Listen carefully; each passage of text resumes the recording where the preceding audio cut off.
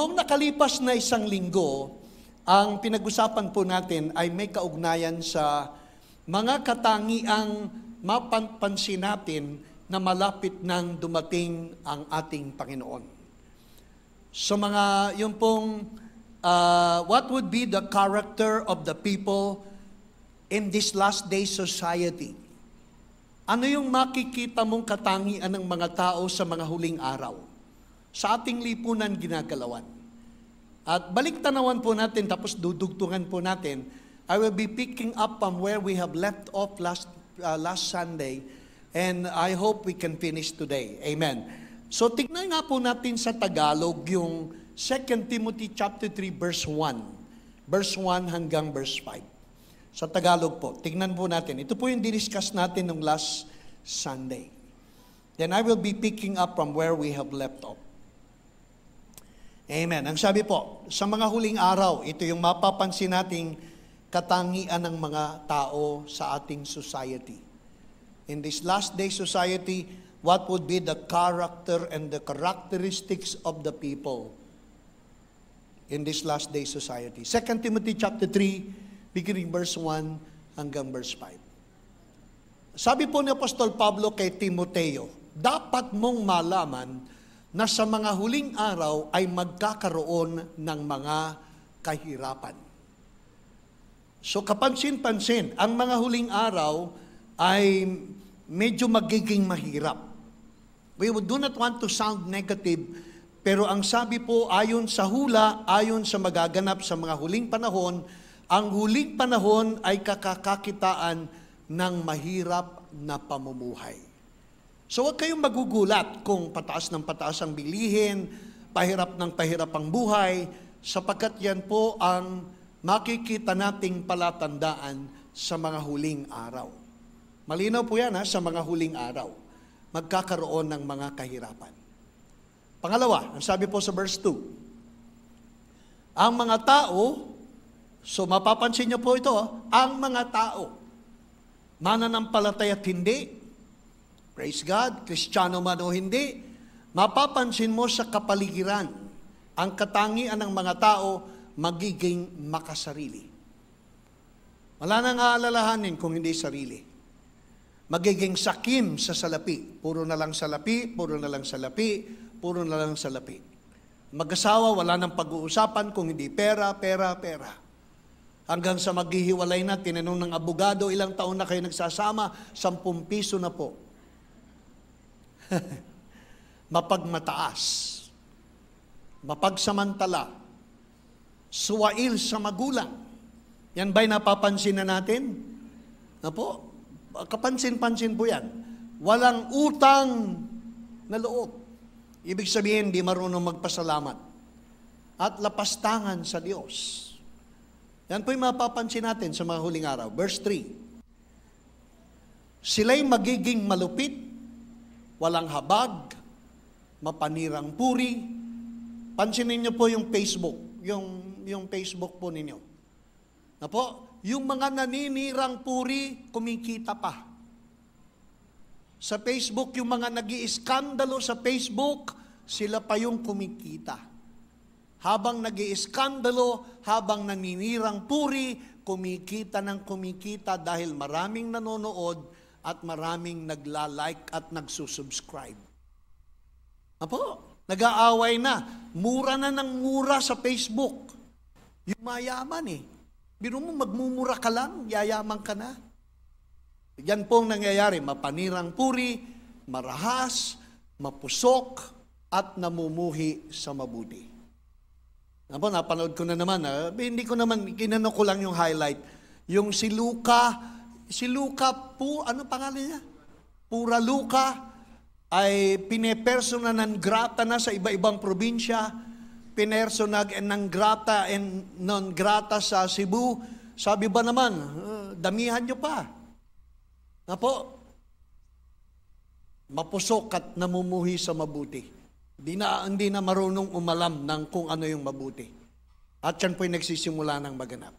Verse 4, hallelujah, sila'y magiging mga taksil, pabaya, mayabang, mahilig sa kalayawan, at walang pag-ibig sa Diyos.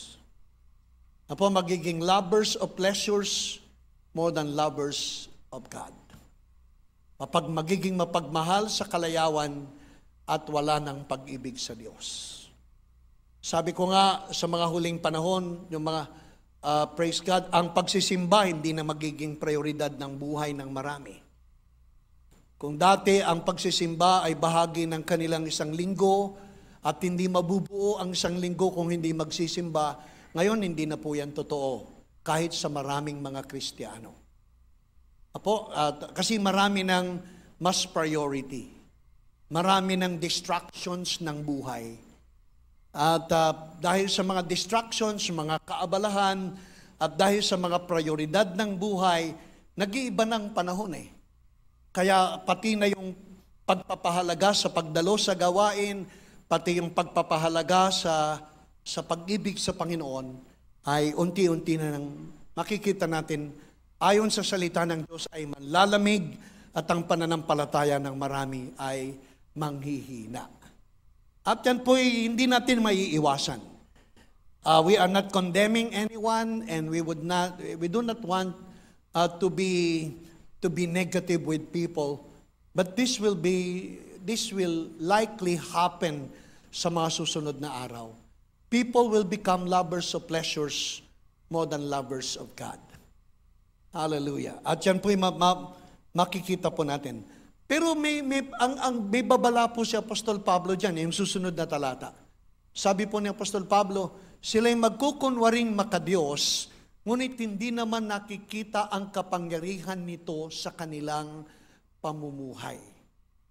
So ito po yung mahalagang bahagi ng paalala ni Apostol Pablo, na marami po parang born again lang sa forma, Kristiyano lang sa forma, mananampalataya sa itsura, pero hindi mo na makikita ang larawan ng Diyos sa kanilang pamumuhay. So dito po pinapahalagahan ng Panginoon ang klase ng pamumuhay ng kanyang mga anak.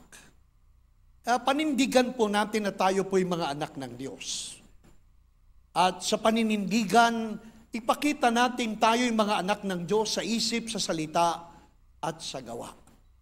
Ibig sabihin, makita sa ating pamumuhay ang tayo'y mga tunay na anak ng Diyos. Wag lang anyo, wag lang forma. Ang sabi nga, having the form of godliness, but we are denying the power of God thereof. May itsura lang tayo na tayo'y mga anak ng Diyos. May itsura lang tayo na tayo'y mga mananampalataya. Pero sa klase ng pamumuhay, ay hindi naman nakikita at napapansin sa atin. Kaya ang panalangin po natin ay huwag tayong mapabilang. Kaya ang sabi ni Apostol Pablo, iwasan mo ang ganyang uri ng mga tao. Hallelujah. Ibig sabihin parang dumadami ng mapagpaimbabaw, dumadami na ang mga artista, dumadami na ang mga balat kayo, dumadami na ang nagmamaskara, na may anyo ng pagka-born again, may anyo ng pagka-Kristiyano, pero ang klase ng pamumuhay ay hindi nakikita dito. Kaya ang tagubilin sa atin, huwag tayong mapabilang. Huwag tayong mapabilang. Huwag naman nating ipagmalaki ang ating sarili, sapagkat kapag tayo naman ay sasabihin natin, kami hindi katulad, mga Pariseyo po yan. Ang mga Pariseyo, ang tingin sa sarili, sila lang ang tama. Mga Pariseyo, ang tingin sa sarili, sila lang ang banal. Ang mga Pariseyo, ang tingin sa kanilang sarili, sila lang ang mga anak ng Diyos. Mali po yun. Napo, ipanalangin natin, kung meron man tayong nakikitang mga kasama natin na hindi na natin nakikita yung pamumuhay ng isang tunay na anak ng Diyos, na tayo nagsusumikap, wag nating hamakin, wag nating maliitin, at wag din nating pintasan. Lalong wag nating hatulan. Kung hindi, magpasalamat tayo na lalakaran natin ang buhay ng isang tunay na Kristiyano. Amen? Hallelujah. Do not judge. Wag tayong maging Pariseyo sa ugali. Mga Pariseyo kasi, di ba, merong dalawang nagdasal. Isang Pariseyo at isang publikano. Sabi ng publikano, sinusuntok yung dibdib, Panginoon, patawarin mo ako sapagkat ako ay totoong makasalanan. Sabi ng Pariseo, Lord, salamat, hindi ako katulad ng taong itong makasalanan. So, Pariseo yun. Meron bang Pariseo dito? Wala naman, ano? Si unang katangian ng Pariseo, hindi niya aamining Pariseo siya eh. Praise God. Biro lang po. Amen. Praise God. So, iwasan natin ang ganyang uri ng mga tao. So, praise God. Hanapin natin, makipag-associate tayo sa mga taong, hallelujah, totoo. At mga positibo. At nilalakaran ang tunay na buhay bilang mga mananampalatayang Kristiyano. So punta po tayo sa verse 12. Punta po tayo sa talatang 12. Sabi po sa talatang 12, gayon din naman, ang lahat ng nagnanais mamuhay ng matuwid bilang tagasunod ni Hesukristo ay daranas ng mga pag-uusig. So bilang mga tagasunod, yung mga nagnanasa at naghahangad na mamuhay ng maayos. Maniwala kayo, sa mga huling araw, uusigin tayo. Kung papaanong si Jesus ay inusig sa kanyang pamumuhay na matuwid, tayong naghahangad at nagnanais na mamuhay ng tama, nagnanais na mamuhay ng matuwid, bilang mga tunay na mga mananampalataya ng Panginoong Hesus, huwag kayong magugulat, tayo po ay daraan at daranas sa mga pag-uusig. Ang tagubili naman ng ating Panginoon sa pamamagitan ni Apostol Pedro, mas mabuti nang mausig sa paggawa ng mabuti kaysa ikaw ay usigin dahil sa paggawa ng mali. So mas mabuti nang tayo'y usigin dahil sa tayo'y naghahangad na mamuhay ng tama, kaysa tayo'y usigin dahil tayo'y namumuhay ng mali. Kung ikaw ay inuusig dahil sa paggawa ng mali, siguro'y karapat-dapat lang. Pero kung ikaw ay inuusig sa paggawa ng mabuti, hallelujah, mga galak tayo. Matuwa tayo na tayo po'y inuusig kapag naghahangad tayong mamuhay ng tama. Sapagkat kung paanong si Jesus ay inusig sa kanyang paggawa ng tama, tayo man din na tagasunod niya ay uusigin sa paggawa ng tama. Kalabit mo nga yung katabi, sabi mo, mas mabuti pang usigin sa paggawa ng tama kaysa mausig sa paggawa ng mali. Amen and amen. Praise God. So susunod na talata po, 13, ang sabi, samantalang ang masasama ay lalo namang magpapakasama, ang manlilinglang ay patuloy namang lilinglang, at sila man ay malilinglang din. Di niyo ba napapansin, ito mga huling araw, ang dami na pong mga scammers. Ang dami na po, padami na ng padami ang mga scammers. Manlilinglang sapagkat sila ay mga nalinglang din. Apo, yan ang sinasabi sa mga huling araw. Verse 14. Ngunit ikaw, sabi mo nga sa iyong katabi, ngunit ikaw, magpatuloy ka. Hallelujah. So magpapatuloy po tayo. Amen? Kahit minsan ang katuruan nako-condemn, parang nako-convict tayo, magpatuloy lang tayo. Hindi naman kami ang pinagmumulan ng mga paalalang ito kung hindi ang salita ng Panginoon. At ang sinamang nagpapatuwid sa salita ng Panginoon ay dumudunong, samantalang ang ayaw magpatuwid sa salita ng Panginoon ay lalong nagiging mangmang. Sabi po sa Kawikaan, di ba? Ang taong marunong magpatuwid sa aral na matuwid ay tatalino. Samantalang ang mga taong ayaw magpatuwid ay lalong magiging mangmang. So praise God, kung ang salita ng Diyos ang nagtutuwid sa atin, nagtuturo sa atin, tanggapin natin at tayo'y lalo pang dudunong. Lalo pa tayong magiging mahusay. Amen? So magpatuloy tayo sa mga aral na natutuhan mo, sabi ni Pablo kay Timoteo, at matibay mong pinaniniwalaan sapagkat kilala mo ang mga nagtuturo at nagturo nito sa iyo. Verse 15, sabi po, mula pa sa pagkabata, alam mo nang ang banal na kasulatan ay ang nagtuturo ng daan ng kaligtasan sa pamamagitan ng pananampalataya kay Kristo Jesus. Pakitingnan po natin sa New King James Translations po, itong talatang 15, sabi po, Hallelujah. But from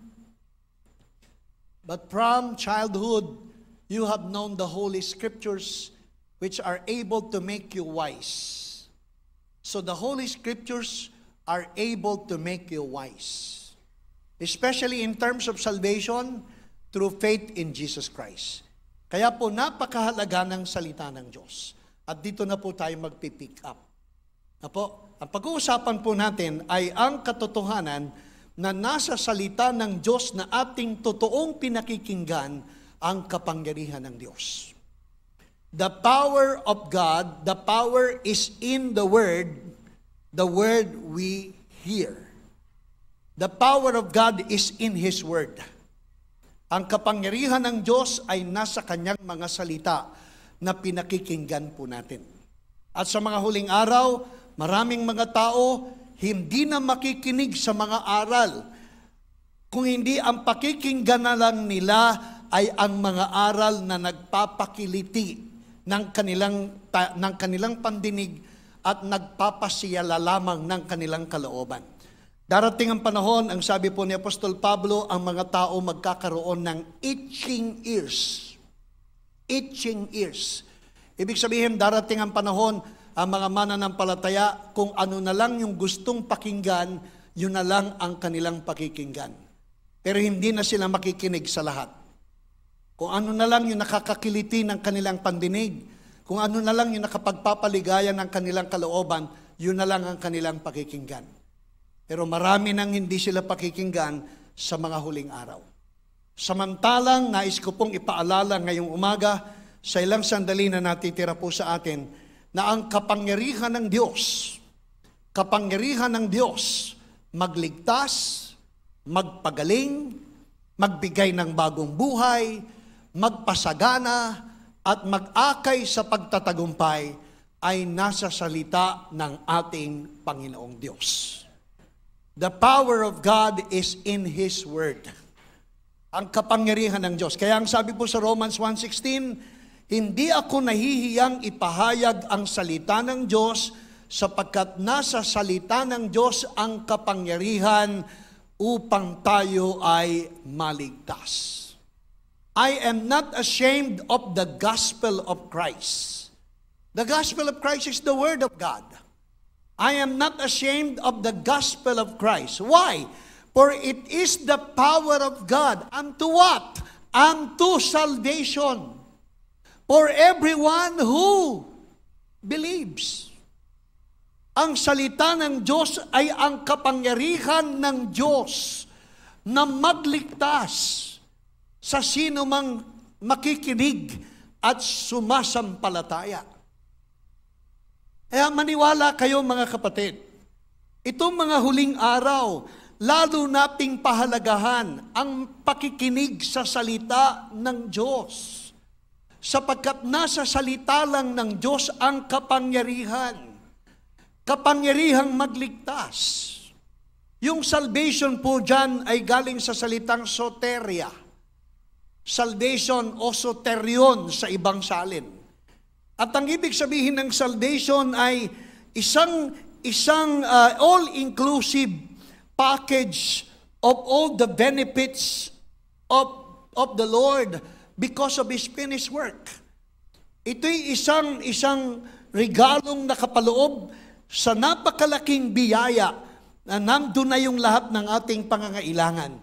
At yan po yung salitang salvation. Ang salvation hindi lang maligtas sa impyerno at mapunta ng langit. Ang salvation ay binubuo ng lahat ng pagpapalang kailangan mo habang nabubuhay ka pa sa mundong ito. Ang salvation ay ang mga regalong tinatanggap ng lahat ng sumasampalataya na ang laman ay ang lahat ng pangangailangan mo sa buhay na ito at sa buhay na darating. Nandun po sa salitang salvation. Ano po ang sinasabi niyan? Ang kapangyarihan ng Diyos para tayo makaranas ng salvation ay nasa salita ng Diyos na ating pinakikinggan at pagkatapos ay pinananampalatayanan. Can I hear a good amen? Pwede po palakpakan natin ng Panginoon. Kaya Ang objective po natin sa pagsisimba, ay hindi lamang maka-fellowship yung ating mga kapatid na nananabik nating makita every Sunday. Hindi lang po yan ang purpose. Isa yan sa mahalagang layunin. Pero ang isa sa pinakamahalagang layunin sa ating pagdalo sa gawain ay makapakinig ng salita ng Diyos. Hallelujah! At yung mga salita ng Diyos na ating maririnig ay ating i-meditate, pagbubulay-bulayan, pag-iisipan, pagkatapos ating tatanggapin, pagkatapos ating pananampalatayanan. Sapagkat kung ano lang yung pinananampalatayanan mong salita ng ating Panginoong Diyos, yan po ang nagdadala ng kapangyarihan ng Diyos. Hindi lahat ng taong dumadalo sa gawain at nagsisimba nakakatikim ng pagpapala ng Panginoon. Pinagpapala dahil nakadalo, pero may mga pagpapala sa pakikinig sa salita ng Diyos. Sabihin mo nga sa iyong katabi, may pagpapala sa pakikinig sa salita ng Panginoon. May pakinabang sa pakikinig sa salita ng Panginoon. At maniwala kayo kapag taimtim, dalisay at handa ang ating puso at pandinig na makinig ng mga salita ng Diyos, hallelujah, may kalakip itong pagpapala, may kalakip na kagalingan, at may kalakip na kapakinabangan sa ating pag-uwi. There is power in the Word of God. Amen? At pansinin natin, mga kasaysayan lang sa Ebanghelyo. Sa araw, sa Lucas Kabanatang 5, sa araw, ang Panginoon ay pumunta sa, hallelujah, sa isang bayan, actually sa isang lungsod, upang mangaral at magturo ng kanyang mga salita. Pignan po natin sa Lucas Kabanatang 5. Meron lang akong ipapapansin sa inyo at sana mapansin ninyo. Amen. So ang Panginoong Jesus nagpunta po sa isang bayan, hallelujah, upang siya po ay mangaral. At siya ay pinagkaguluhan ng marami sa kanyang ginawang pangangaral. Lucas Kabanatang 5 po ito. Pero pansinin na lang po natin para hindi na maging mahaba. Yung talatang 17. Lucas Kabanatang 5, talatay 17. Alam niyo yung kasaysayan nito Yung merong apat na magkakaibigan na dinala yung kanilang kaibigang paralitiko. Tapos binutas yung bubong dahil hindi sila makapasok sa pinto. Kung bakit ay sapagkat ang daming nakikinig kay Jesucristo habang nangangaral siya. Tuwang-tuwa ang mga taong makinig kay Jesucristo Pati nga mga Pariseyo, mga Skriba, nakikinig sa Kanya Kaya lang, iba ang layunin ng mga Pariseyo. Hanapan siya ng kamalian sa kanyang mga pangangaral. Pero maraming mga tao talagang seryosong nakikinig. Amen. At may isang panahon na hindi na makapasok yung apat na magkakaibigan dahil may paralitikong karga, ginawa nila, umakyat sa bubong. Tapos binutas yung bubong, tapos inihugos yung paralitiko na kaibigan sa harap mismo ng ating Panginoon. Opo, may tali. Siguro nagtataka ang Panginoon ba, nabubutas yung bubong. Praise God.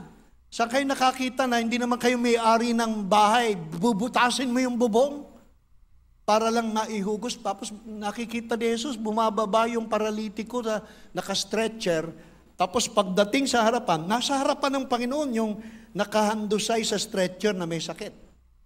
Nakita ng Panginoon, may pananampalataya yung mga kaibigan. Kaya ang ginawa ng Panginoon, sabi niya, tumayo ka at ikaw ay pinagaling na. Habang nangangaral ang Panginoon, may mga nakaupo sa tabi niya, mga Pariseyo. Basahin natin yung Lucas 5:17. Lucas 5:17. Ang sabi po. Praise God. Minsan habang si Jesus ay nagtuturo, may mga Pariseyo at mga tagapagturo ng kautusan, mga skriba, na nakaupo sa di kalayuan. So visualize niyo po ang Panginoon. Habang nagtuturo siya sa di kalayuan, siguro kasing layo ni Kuya Sam o ni Kuya Mario, ganun po, nagtuturo ang Panginoon. Tapos sila'y galing sa lahat ng bayan sa Galilea at Judea at may ilan galing sa Jerusalem. Nasa kanya ang kapangyarihan ng Panginoon upang sila'y magpagaling ng mga may sakit. Ang sabi po, the power of God is present in them. Malinaw na binabanggit po dito na ang kapangyarihan ng Panginoon magpagaling ng mga may sakit ay nandoon. Apo? Pero bakit hindi gumaling yung sakit ng mga Pariseo, yung sakit ng mga skriba, yung sakit ng mga nakikinig sa kanya ng mga taong ito, bakit hindi gumaling?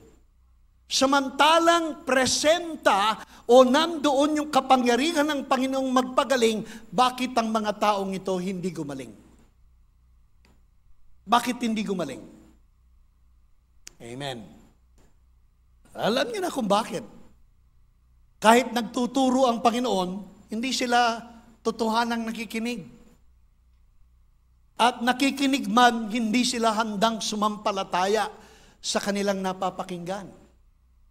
Kaya kahit present ang kapangyarihan ng Panginoong magpagaling, hindi sila nakatikim ng kagalingan. Nang pagalingin nga ng Panginoon yung paralitiko, pagkatapos kasi ng kasaysayan na yan, sa kasunod po ng pangyayaring yan, yung pagpapagaling ng Panginoon sa mga may sakit. Abay, imbes na matuwa itong mga Pariseo at mga skriba, nagalit pa sila sa Panginoon na yung may sakit ay gumaling. Dahil ang sabi ng Panginoon sa may sakit, tumindig ka, ang sakit mo ay magaling na. Hindi pala. Ang sabi pala ng Panginoon, pinatawad na ang iyong mga kasalanan.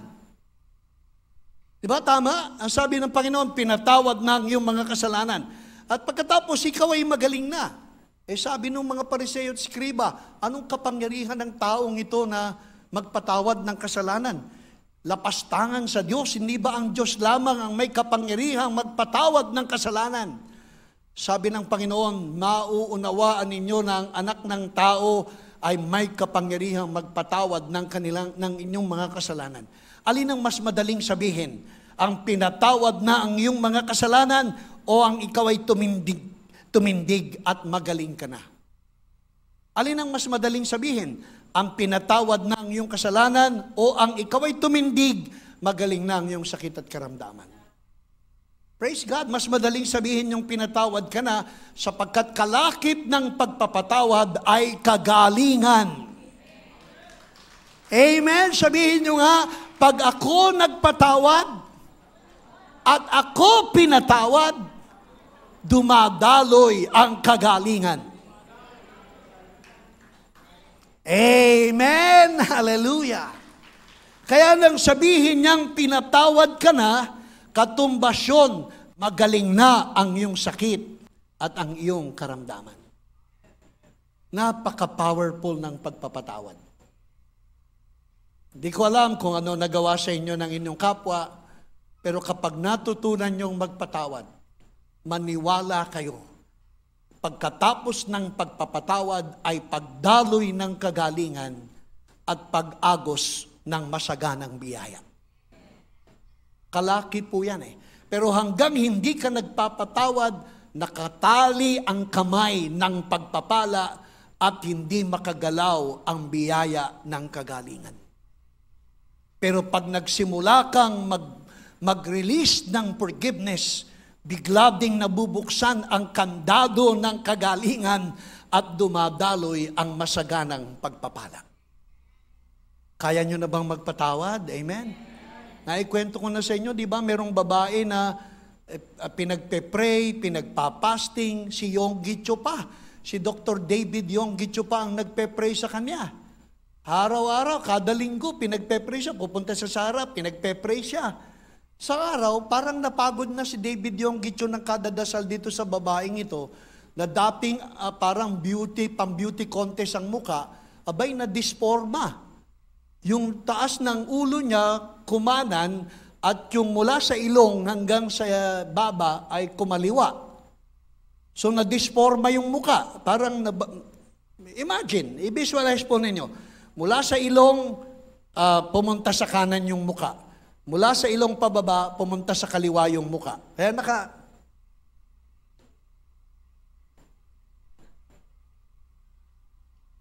tapos pinag-aayuno, pinagdadasal, lahat na ng paraan, nakikinig ng salita ng Panginoon. Tapos sa isang araw, sabi ng Holy Spirit kay Dr. David Yonggicho, hindi gagaling yan. Hindi gagaling yan kasi meron siyang hindi mapatawad sa kanyang kalooban na nagiging hadlang sa pagdaloy ng kanyang himala. Sabihin mo sa kanya, sabi ng Holy Spirit kay David Yonggicho, sabihin mo sa kanya, patawarin na niya kung sino yung pinagkasalanan o nagkasala sa kanya. Tapos isang araw, pinatawag ni David Yonggicho, sabi niya, tagal-tagal na natin nagpe-pray. Nagpa-fasting tayo, hindi tayo kumakain, nagsasakripisyo tayo para sa kagalingan mo. Ang sabi ng Holy Spirit, meron ka daw hindi na patatawad, na nagiging hadlang at sagabal sa iyong himala. Biglang nag-iiyak yung babae. Sabi ng babae, totoo po yan, hindi ko po mapatawad ang aking biyanang babae. Yung pala ang nediprensya yung biyanan niyang babae. Talagang sobra ang sama ng kanyang loob, sobrang sakit ng kanyang kalooban at hindi mapatawad ang ginawang kasalanan ng kanyang biyanan na babae. Sabi ni Dr. Yonggicho, sabi ng Holy Spirit, patawarin mo na. Mahirap man, napakabigat man, at ituring nating himala, pero patawarin mo na. Isang panahon, nakikita ni Yonggicho na bumabalik sa yung itsura. Hanggang isang araw, bumalik na yung kanyang muka sa mukha ng isang beauty. Amen. Gumanda uli.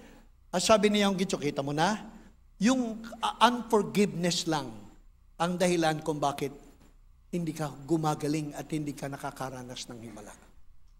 Nang simulan mong magpatawad, diyan na dumaloy ang himala ng Panginoon. Parang may kinakausap ang Holy Spirit ngayon dito, no?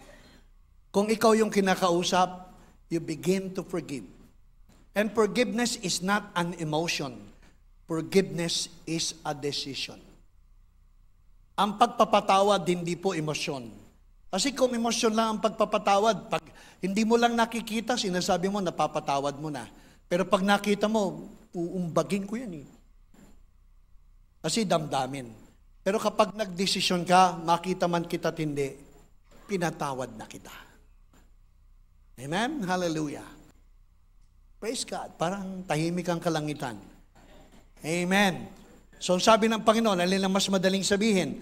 Ang pinatawad ka na o ang pinagaling sa iyong sakit at karamdaman?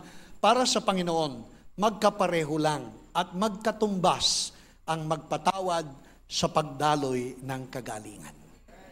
Amen and amen and amen. Praise God. And I know of a person here na mahirap magpatawad, pero unti-unti nagiging ganap ang pagpapatawad. Later on, a complete release of the blessings of God. Nakikita nga, unti-unti na nagaganap sa kanilang buhay.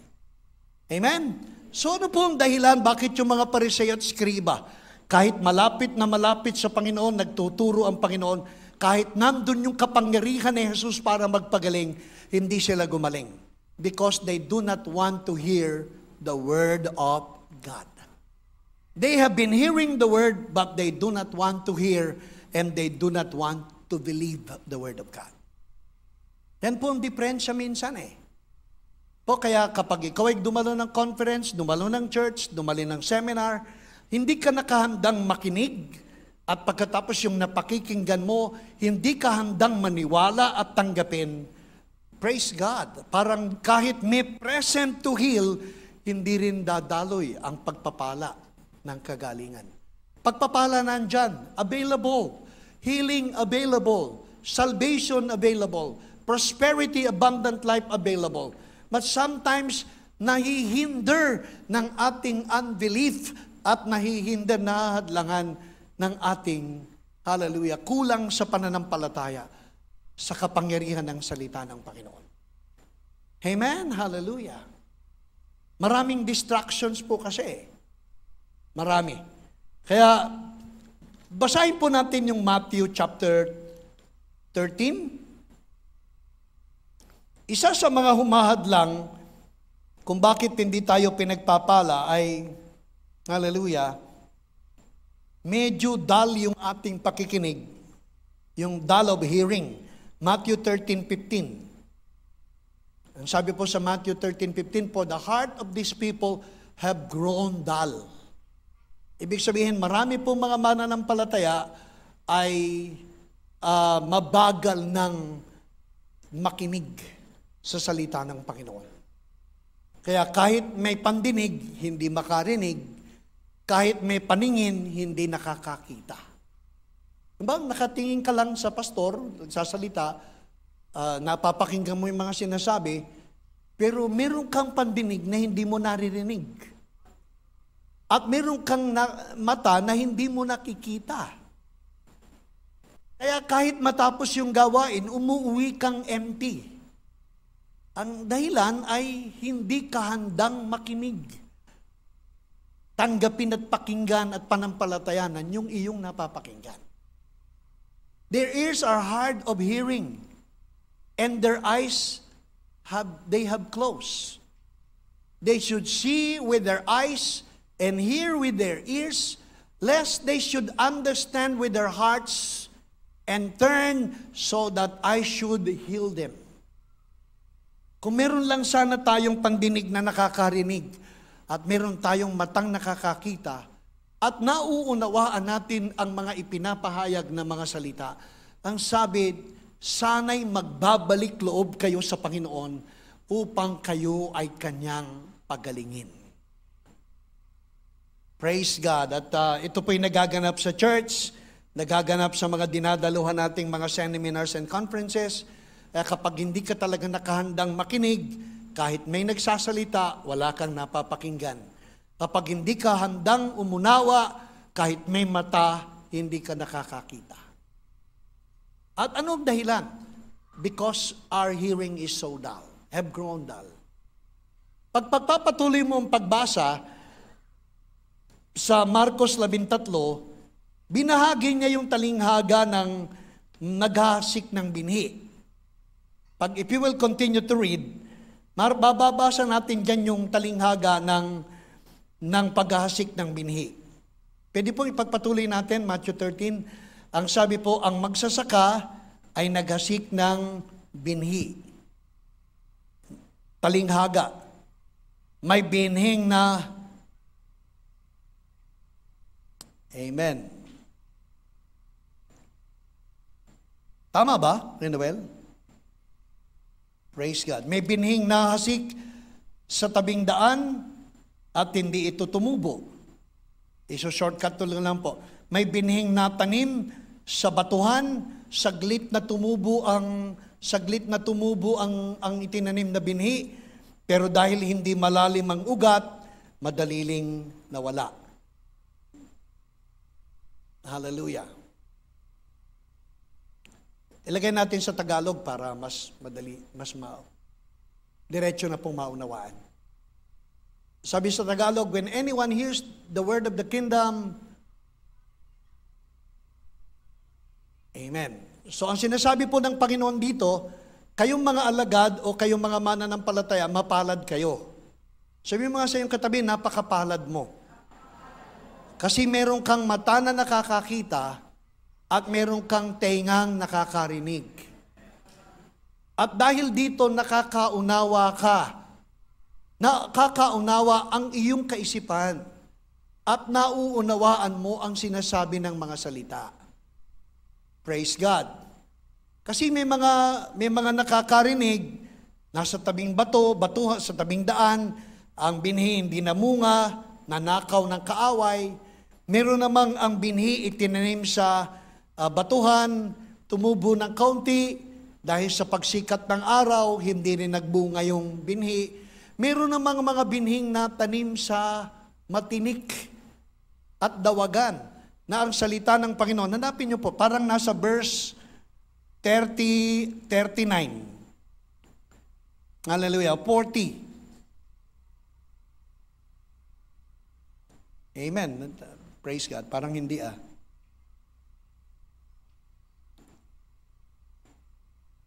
Amen. Hindi pala hindi. Matthew 13 ba yon? Wala kasi dito sa aking outline Pero Matthew 13 o Mark chapter 4. Ayan po. Kung paanong ang mga damo, hindi po yan. Mark chapter 4 na lang tayo. Mark chapter 4. Ang talinghaga ng binhi. This is not a part of the topic. This is not included in my outline. But I have to share this. Kasi mahalaga po kung bakit ang salita ng Diyos hindi nagbubunga. Nakakarinig tayo, nakakakita tayo, dumadalo tayo sa church. Bakit hindi nagbubunga ang binhi? May mga binhi namang nalaglag sa damuhang matinik. Lumago ang mga damo, sinakal nito ang binhing tumubo, kaya't hindi nakapamunga ang mga binhi. Sa ibang salin, dahil sa sobrang alalahanin ng tao sa mga bagay na makamundo at paghahangad na yumaman, ang salita at ang binhi ay nasasakal at hindi nagbubunga sa kanilang mga buhay.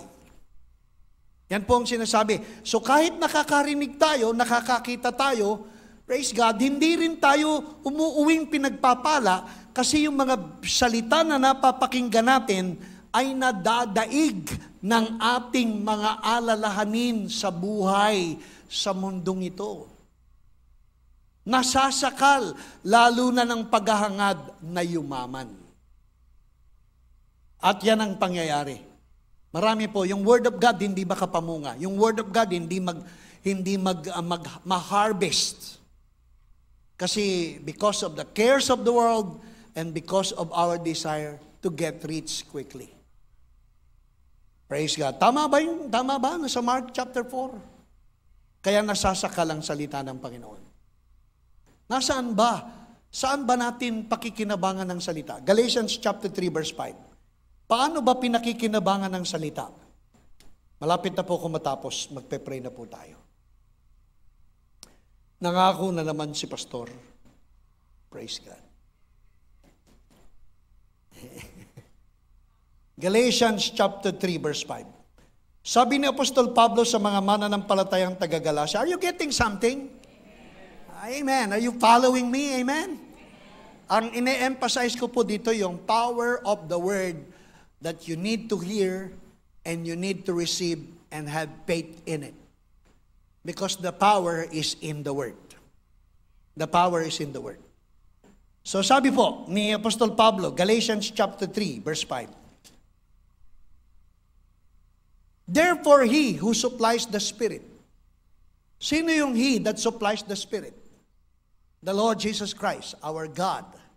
He who supplies the Spirit to you and works miracles among you, does He do it by the works of the law or by the hearing of faith? Ano po sabi?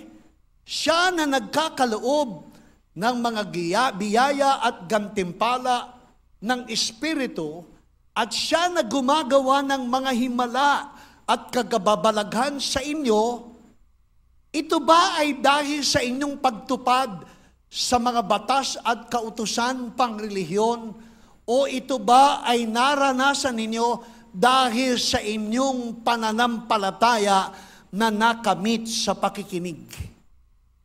Saan ba nanggagaling ang pananampalataya? Sa pakikinig at pakikinig ng salita ni Kristo. Kaya ang tanong ni Apostol Pablo sa mga mananampalatayang taga-Galacia, siya na nagsusupply ng gifts, blessings of the Holy Spirit. Siya na naggumagawa ng mga himala at kababalaghan sa inyong kalagitnaan. Ito ba ay nangyari dahil sa inyong pagtupad sa mga kautusan? Ito ba ay dahil kayo'y mabait, kayo'y banal, kayo'y gumagawa kayo'y nagdarasal, kayo'y nag-aayuno, sinusunod niyo ang 10 utos? O dahil kayo ay nakapakinig ng salita ng Diyos at ang salita ng Diyos na inyong narinig ang pinagmulan ng inyong pananampalataya. So saan galing ang supply ng Holy Spirit? Saan galing ang mga himala at kababalaghan kasama ng kagalingan ng ating sakit at karamdaman? Kagabi po, may nag-testify. Stage 4, cancer. Pagkatapos ng stage 4 cancer, na-stroke. Pagkatapos na ma-stroke, nagkaroon ng sakit sa kanyang thyroid. 2008, nag-pray po kami. Hallelujah, pinuntahan namin siya sa bahay at hiniling sa Panginoon ng kagalingan. After how many years? 2008. After how many years? Ngayon po, magaling na. Stage 4. Hallelujah. Tanong, saan galing ang kanyang kababalaghan, ang kanyang himala? Dahil siya'y mabait? Hindi nga eh. Dahil siya'y banal? Hindi po eh. Because of the hearing of faith. Dahil siya'y nakinig sa salita ng Panginoon. Kaya ako naniniwala, ang kagalingan dumadaloy sa pakikinig sa salita ng Panginoon. Before there can be healing, there has to be hearing of the Word of God. Hearing that produces enough faith to believe. Diyan po, therefore, siya na nagsusupply ng Espiritu, gumagawa ng kababalagan sa kalagitnaan ninyo. Ito ba'y nangyari dahil sa inyong pagtupad at paggawa sa kautusan, 10 utos? No. It's by the hearing of faith. By the hearing of faith. Hallelujah. Meron pong isang pangyayari. Basahin po natin sa Acts chapter 14. Parang malapit na akong matapos. Parang praise God. Malapit na. Amen. Acts chapter 14. Tignan po natin ang isang kasaysayan na may isang lalaking ipinanganak na lumpo mula sa sinapupunan na pinaghimalaan ng ating Panginoon at siya'y gumaling. Acts chapter 14, verse 8. Sa araw, si Pablo po at si Silas ay nagtutungo sa iba't ibang bayan para mangaral. Ang malimit nilang pinupuntahan sa bawat lungsod ay ang sinagoga ng mga Hudyo. Talagang ang target po ni Apostle Paul at ni Silas, pumunta sa mga templo ng mga Hudyo para po ipangaral ang ebanghelyo ng grasya. Lalo na sa mga Hudyo na ayaw tumanggap ng grasya ng Panginoon, sapagkat sila'y nakagapos sa kapangyarihan ng batas at kautusan, lalo na ng 10 utos. Nakagapos sila dyan. Ang paniniwala nila hanggang ikaw ay nakapalaw sa 10 utos, ginagawa mo ito, pagpapalain ka. At ito magdadala sa iyo sa iyong kaligtasan. Ang pinapangaral naman nila Apostol Pablo ay ang mabuting balita ng grasya. Malimit sila ay inuusig. May pagkakataon pa ngang sila'y pinagbabato na akala ng maraming tao patay na siya. Tapos pinaikutan siya ng mga alagad, mananampalataya, at naitakas siya sa mga Hudyong ayaw tumanggap ng ebanghelyo ng grasya. Kaya po, lumipat sila Apostol Pablo at sila'y napunta ng Listra. Basahin po natin. Verse 8. And in Lystra, a certain man without strength in his feet was sitting, a cripple from his mother's womb, who had never walked. Visualize. Itong lalaking ito, sabi po, walang lakas sa kanyang paa, hindi man lang makaupo, lumpo sa sinapupunan pa ng kanyang ina, na hindi kahit kailang naranasan ang maglakad. Praise God. So yan po ang description ng lalaki. Tapos ang sabi po sa verse 9, this man heard. Sabihin nyo nga, this man heard. So ang lalaking ito nakikinig. ang lalaking ito nakikinig kay Apostol Pablo habang si Pablo ay nangangaral ng salita ng Diyos. At napansin ni Apostol Pablo, ang lalaking ito ay intently nakita niya, taimtim at marubdob ang kanyang kalooban, manampalataya sa sinasabi po at ipinapangaral ni Apostol Pablo. At napansin ni Apostol Pablo, itong tao na ito, merong faith to be healed. So saan galing ang ating kagalingan? Saan galing ang ating bagong buhay? Ang ating kasaganaan? Is it because of the works of the law or by the hearing of faith? It is by the hearing of faith that miracles will flow and the supply of the Holy Spirit will happen. It is by the hearing of faith. Kaya ang sabi po dito, this man heard Paul speaking, Paul observing him intently and seeing that he had faith to be healed. Tingnan po ninyo, nakikinig yung lalaki at dahil nakikita ni Apostol Pablo, ang lalaking ito may pananampalatayang gagaling siya. Tingnan natin yung susunod na talata. Said with a loud voice, stand up straight on your feet, and he leaped, and he walked. So sabi ni Apostol Pablo, tumayo ka, at simulang mong maglakad. Kaya yung lalaking nakikinig, na nananampalataya sa kanyang pinakikinggan, ay sumunod, tumayo, pagkatapos siya ay naglakad. Miracles happen. Sa sinapupunan pa lang, lumpo na. Hindi kahit kailan natutunan ng tumayo, ang maglakad at umupo. Lumpo. Pero dahil nakikinig sa salita ng Panginoon na ipinapangaral ni Apostol Pablo, nagkaroon siya ng sapat na pananampalataya na siya kahit ano pa ang kanyang kalagayan, siya'y kayang-kayang pagalingin at paghimalaan ng ating Panginoon. Verse 11, hallelujah, sabi po, now when the people saw that what Paul had done, they raised their voices, hallelujah, akala nila si Apostle Paul ay Diyos. Sabi ni Apostol Pablo, hindi ako Diyos. Ako'y katulad lang din yung tao.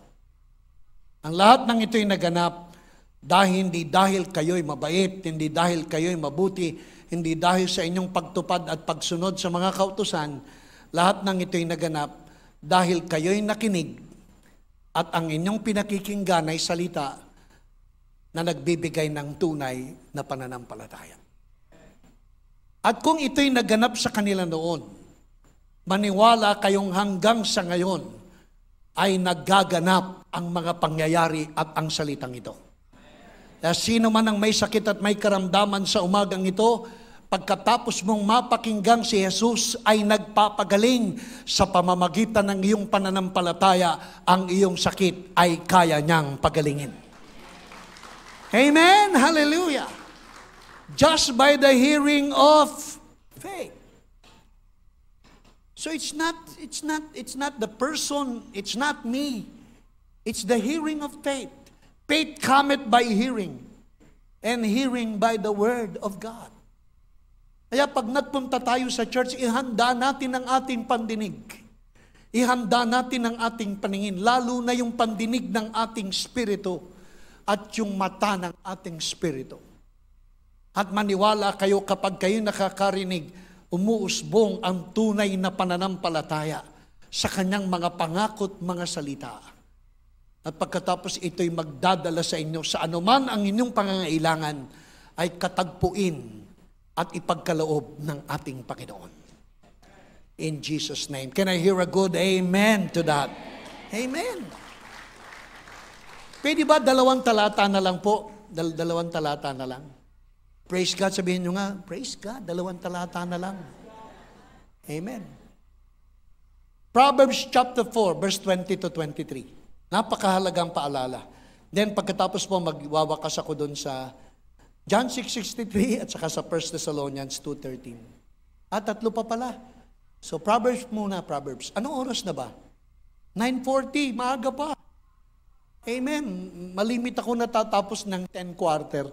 So baka, hallelujah, baka 10:20 tapos na tayo. Amen. Sabi po, Proverbs 4:20, are you getting something? Hindi uncommon na po kasi ito sa church eh. I strongly believe that the Holy Spirit is leading us back to the basics of faith.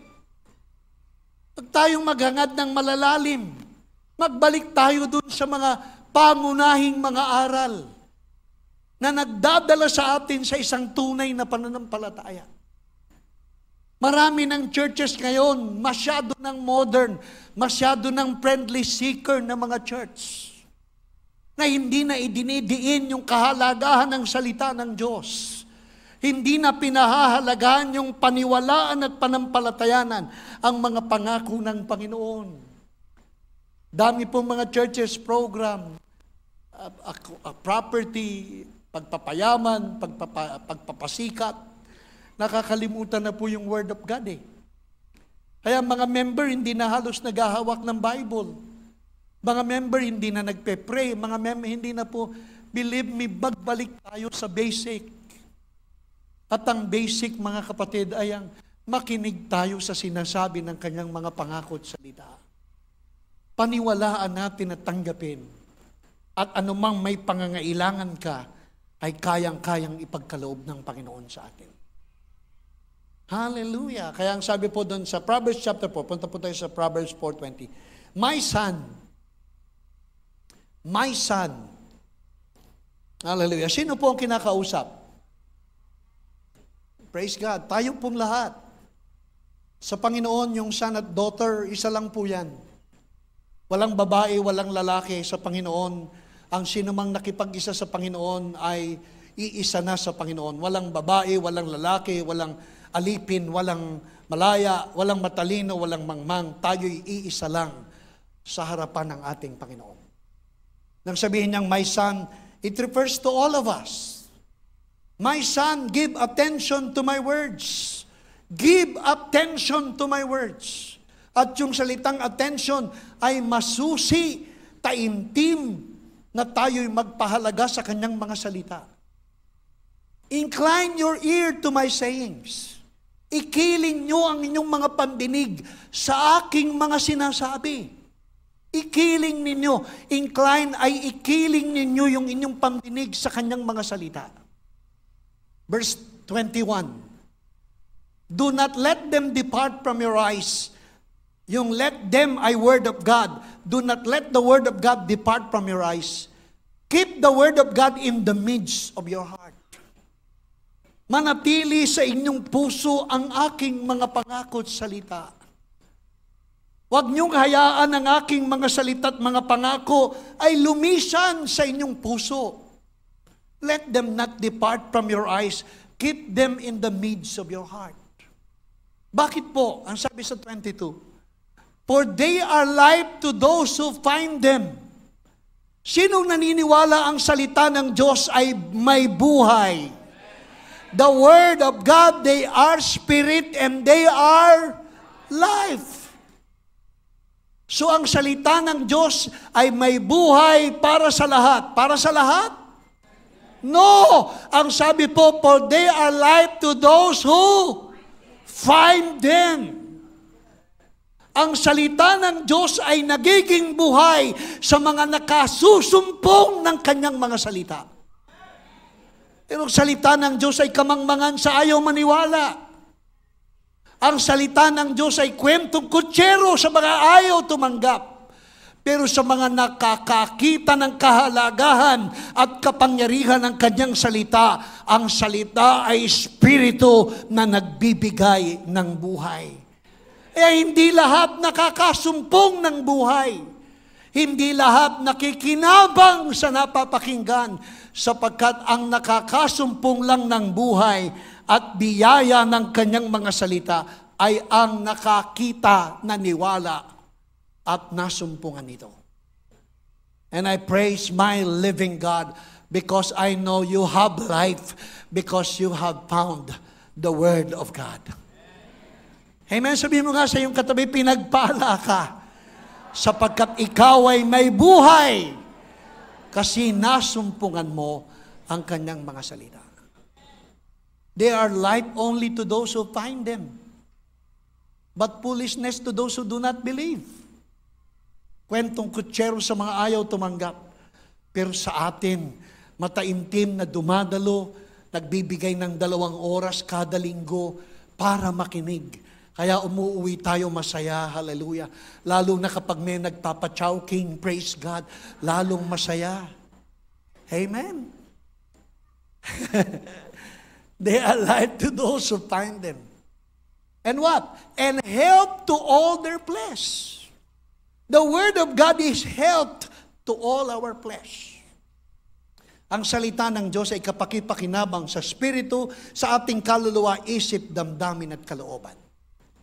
Ang nakikinabang sa salita ng Diyos ay ang ating kaluluwa. Sapagkat ang kaluluwa ang nag-iisip, ang kaluluwa ang nagdaramdam, at ang kaluluwa ang nagpapasya.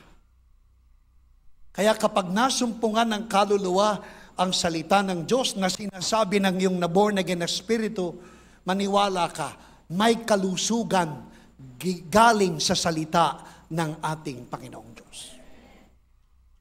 Praise God, hallelujah. Health to all their flesh, life to those who find them. Kaya pag-uwi ninyo, pagpagin nyo na yung alikabok sa inyong Bible. Amen? Buksan nyo na yung inyong baol at muli ninyong basahin ang salita ng Panginoon. Amen.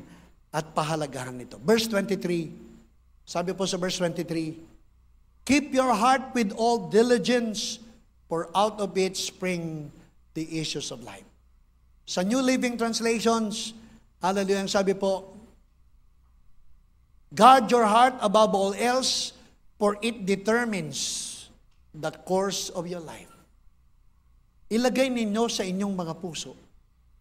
Above all else. Ang sabi po dyan, guard your heart above all else. Kung meron kang pag-iingatan sa iyong pagkatao, ingatan mo ang iyong puso. Ingatan mo ang puso ng iyong kaluluwa. Sapagkat nasa puso nakapaloob ang magiging destino at magdidetermina ng takbo ng buhay mo. Hindi ito alam ng marami. Akala natin ang buhay natin aksidente lang eh. No. Your life is not a matter of chance. Your life is a matter of choice. Ang buhay natin hindi lang nagkataon, tsamba-tsamba, kesera-sera. Ang buhay natin ay dinidetermina ng ating pagpapasya, ng pinipili at pinaniniwalaan ng ating puso. So guard your heart. Guard the condition of your heart. Lalo na yung mga lingkod ng Panginoon. Ingatan natin ang kondisyon ng ating puso, sapagkat ang kondisyon ng puso ang siyang nagpapasya ng takbo at destino ng buhay natin.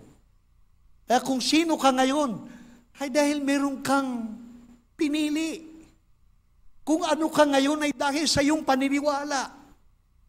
Kung tama ang paniniwala, magiging tama ang takbo at direksyon ng pagkatao at buhay mo.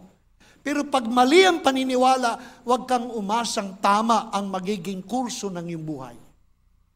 Because right believing will always lead to right living. And believing is determined by the condition of the heart. Amen. Are you blessed today? Amen. Walang nakakakita ng ating puso maliban sa Kanya. At huwag kayong maniwalang ang puso madaya. Ang pusong madaya pag hindi born again. Pero ang puso ng na-born again ay tinaayos ng ating Panginoon. Amen.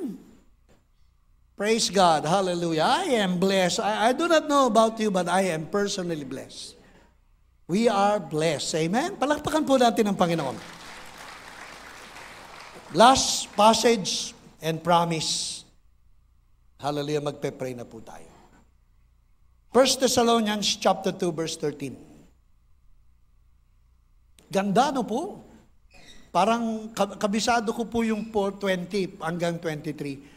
I pray na basahin nyo mamaya, tapos basahin nyo mabuti, Tapos ilagay nyo sa inyong isip at puso hanggang maging kabisado nyo na. My son, give attention to my words. Incline your ears to my saying. Let them not depart from your eyes. Keep them in the midst of your heart. For out of it flows the issues of. Above all else, guard your heart, for out of it flows the issues of life. Hallelujah. Kaya araw-araw binabantayan mo yung puso. Araw-araw, hallelujah, nagbabantay ka sa kondisyon ng puso. Pagka ikaw nagsisinungaling, may kumukurot sa iyong puso. Pagka ikaw ay nagsasabi ng tama, hallelujah, nagiging mapayapa at maginhawa ang iyong kalooban. Amen? Hallelujah. So sabi po, therefore, we never stop. For this reason, we also thank God without ceasing. We never stop thanking God. That when you receive His message from us, you did not think it as words of mere human ideas. You accepted what we said as the very word of the living God. Which of course, it is, and this word continues to work in you who believes. Basahin nga natin sa Tagalog. Mananalangin po tayo. Ganda po nito eh. Kaya nga, palagi kami nagpapasalamat sa Diyos. Lagi ba kayo nagpapasalamat sa Diyos? Kaya nga, palagi kami nagpapasalamat sa Diyos. Sabi ni Apostol Pablo, sapagkat nang ipangaral namin sa inyo ang kanyang mga salita. Hindi namin mga salita. Nang ipangaral namin sa inyo ang kanyang mga salita. Hindi nyo ito tinatanggap mula sa tao lamang. Kung hindi bilang tunay na salita ng Diyos. At ang bisa nito ay nakikita sa buhay ninyo na mga sumasampalataya. Nasaan ang bisa? Nasaan nangangaral? Wala po. Nasaan ang bisa? Nasa mga ipinapangaral na pinananampalatayanan natin. Malinaw po. Pakibasa nga po natin, tayo pong lahat, malakas, 1, 2, 3. Kaya nga, palagi kaming nagpapasalamat sa Diyos sapagkat nang ipangaral namin sa inyo ang kanyang salita, hindi ninyo ito tinanggap mula sa tao, kundi bilang tunay na salita ng Diyos. At ang bisa nito ay nakikita sa buhay ninyo na mga sumasampalataya. Pwede po bang marinig ang malakas na amen ng mga sumasampalataya? Amen and amen. Kaya by the hearing of faith, He who supplies the Spirit and He who works miracles among you, does it because of the law or the works of the law or by the hearing of faith? It is by the hearing of faith. Amen? Yumuko po tayo pumikit. Hallelujah. Sa umaga pong ito, sa nalalabing ilang sandali, ang bawat isa sa atin ay dumating na may kanya-kanyang pangangailangan. Hindi ko alam kung ano ang mayroong kayong pangangailangan. Hindi ko alam kung ano po ang inyong mga sakit, karamdaman, mga pagsubok na nararanasan. Sa lahat ng ito, pagkatapos niyong marinig ang salita ng Panginoon, alam na alam ko na kayo ay mayroon ng sapat na pananampalataya para maniwalang lahat ng pangangailangan ninyo ay kayang-kayang katagpuin ng ating Panginoon. Because of the hearing of faith, you are now ready to receive all the available benefits and blessings, especially yung tinapos na gawa ng ating Panginoon. Kaya kung sa umagang ito meron kang sakit at karamdaman, you begin to believe. Begin to believe. Have enough faith to believe that you can be healed. Kung meron kang mga problema sa iyong mga anak, habang ipinagdarasal mo, lalong lumalala, lalong sumasama, huwag kang mawala ng pag-asa. By the hearing of faith, miracles will come. Kung meron kang mga problema sa pananalapi, hindi ka makabangon, hindi ka makausag, simula noon hanggang ngayon, kahit anong gawin, aga-agang gigising, sa tanghali, gabi na kong humimlay, parang wala't wala at wala pa rin. Hallelujah. The work, the miracles can come by the hearing of faith. The power of God is in His Word. I am not ashamed to preach the gospel of God, for it is the power of God unto healing. The Word of God is His power for you to prosper. The Word of God is His power for you to be blessed. The Word of God is His power for you to have an abundant life. Just by the hearing of faith. Just by the hearing of faith. At huwag kang mawala ng pag-asa. Malinaw sa napag-aralan natin, ang isang lalaking lumpo sa sinapupunan, nang ipanganak, hindi makalakad, hindi makaupo, hindi niya kahit kailan naranasan ang maglakad. Subalit nang marinig niya ang salita ng Panginoon, nang marinig niya si Pablong nangangaral ng salita ng Diyos, nabuo sa kanyang puso, sa kanyang sarili ang pananampalataya na mayroon pa siyang pag-asa. Kaya huwag kang mawala ng pag-asa. This morning, by the hearing of faith, you will go home blessed. By the hearing of faith, you will go home healed. By the hearing of faith, you will go home a changed person. And by the hearing of faith, hallelujah, you will be blessed.